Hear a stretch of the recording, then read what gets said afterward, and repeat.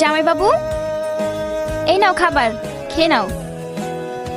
কি হলো, খাবার এখানে নিয়ে এলে যে? আমার আবার কি করার, তোমার শ্বশুর শাশুড়ি বলেছে তাই। কি বলেছে?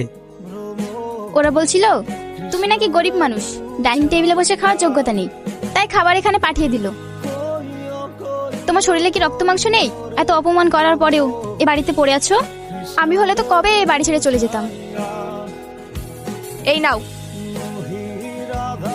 যাও বাজারে যাও। আমি বাজারে যেতে পারবো না মা।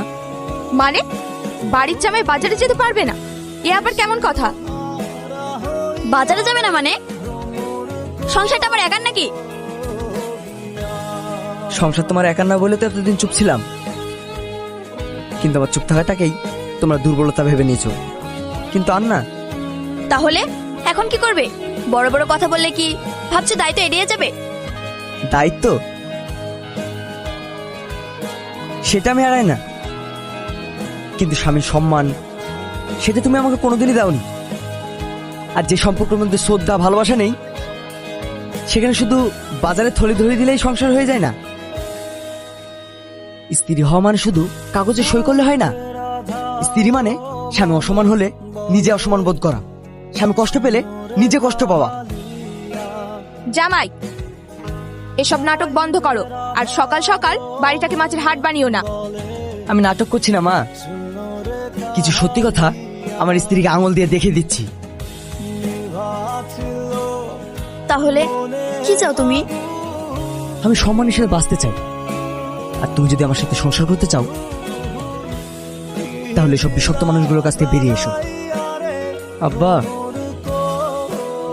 কি রে তুই? হ্যাঁ। তোর শরীর তো বিশাল অবস্থা, শ্বশুর বাড়ি খেয়ে এই হাল। আমরা তো ভেবেছিলাম শ্বশুর বাড়ি খেয়ে একটু হুষ্টপুষ্ট হবি। ওটা শ্বশুর বাড়ি নয় আব্বা, কয়েদখানা। দেখলি তো, এই পৃথিবীতে মা বাবার চেয়ে একটা পুরুষকে কেউ ভালোবাসতে পারে না। তাই আর শোনো, তুমি বাজারে যাও, মাছ মাংস সব নিয়ে এসো। ছেলেটার আমার শরীরটা পুরো শুকিয়ে গেছে। হ্যাঁ, ওর চেহারা দেখে মনে হচ্ছে ওই বাড়িতে ওকে ঠিক মতো খেতে দিত না। তুমি ঠিক বলেছ আব্বা, ওরা আমাকে যে খাবার দিয়েছে কখনো মন থেকে পেট ভরে খেতে পারিনি।